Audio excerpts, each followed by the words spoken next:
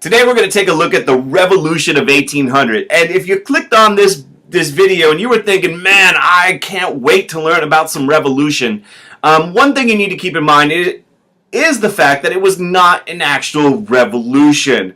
There are not going to be any crazy epic battles like we had during the American Revolution at Bunker Hill. There's not going to be any heads chopped off as we saw during the French Revolution. In fact, this revolution, quote unquote, was not an actual revolution. Now, before you click exit, it was a significant moment for the young nation. And it's extremely important that you understand why. And keep in mind, in the early period in our history, we had two political parties, the Federalists versus the Democratic Republican. And these two political parties were forming throughout the 1790s under the administrations of George Washington and later John Adams. And they're forming because they're disagreeing about a whole bunch of issues, from the Assumption Plan to the National Bank to the role of the new federal government to just the conduct of the young nation's foreign policy. These things, these issues, economic policies, relationship between the feds and the states, all of this had caused divisions which ultimately turned into those two political parties. Now, something to keep in mind about the Federalists. Remember, when George Washington was elected in 1789, he's elected unanimously. And he takes a second term, and he walks away after 2 terms, setting that very important precedent. And John Adams is elected in 1796. However, the Federalists are not doing so well. In fact, there was trouble with regard to the situation in Europe with the French Revolution and France's war with the other European monarchs. You know, after the XYZ affair, there were a lot of Americans who wanted to go to war with France. They built up the Navy, they increased taxes, and all of those kind of controversies were dividing the nation. The Federalists were also not doing very well because Adams and the Federalist-controlled Congress supported a very controversial law, the Alien and Sedition Acts. And many people saw this law as proof that the federal government was abusing its power under the Adams administration. And basically by 1800, they were out of touch with a lot of kind of ordinary voters. And so Adams's presidency is not very popular.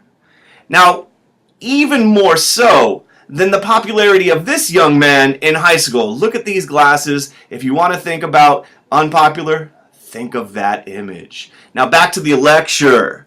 1800, it's a rematch. Everyone loves rematches because we have John Adams, who won in 1796. He's running for a second term, and he's running against your boy, Vice President. What? Vice President Thomas Jefferson. See, the framers of the Constitution didn't anticipate these political parties, and so whoever got the second most electoral votes became vice president. Now, that doesn't work if you have different political parties, which was the case in 1796 when that election took place. So in 1800, you got the VP running against the president. Now, keep in mind some things about Thomas Jefferson you may not know. He was a member of the Secretary of State under George Washington. He resigns. He was the leader of the opposition to the Federalist policies, especially Hamilton's economic programs, the bank, for example. And he also was the author of the Kentucky Resolution. Remember, there was those Virginia and Kentucky resolutions. James Madison wrote the Virginia one unanimously, and Jefferson wrote the Kentucky one, and they basically said state rights. If the federal government does something that we feel they don't have the right to do, if they are acting unconstitutionally, we will nullify, we will ignore that law within the state of Kentucky or Virginia. Now, Jefferson's the key figure, and in 1800, the election takes place. And a guy who plays a very key role is this guy right here, Mr. Aaron Burr, because he delivers a very important state to Jefferson. The Democratic Republican Party was really popular in the South and the West, especially amongst farmers. Federalists had their strength in the cities and the coastal cities areas. Burr gets New York for Jefferson. And it's a really close election, but because of New York voting for Jefferson, those electoral votes turn it in Jefferson's favors. The Democratic Party wins. Now, actually, it's a tie between Jefferson and Aaron Burr.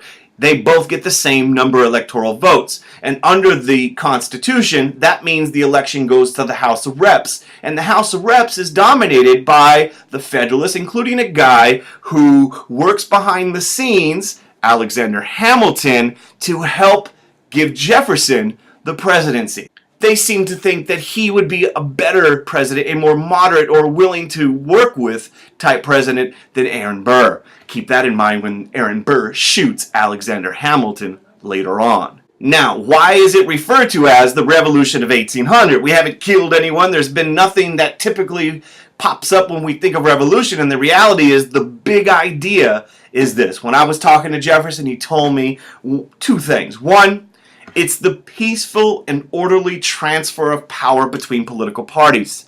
The young nation worked.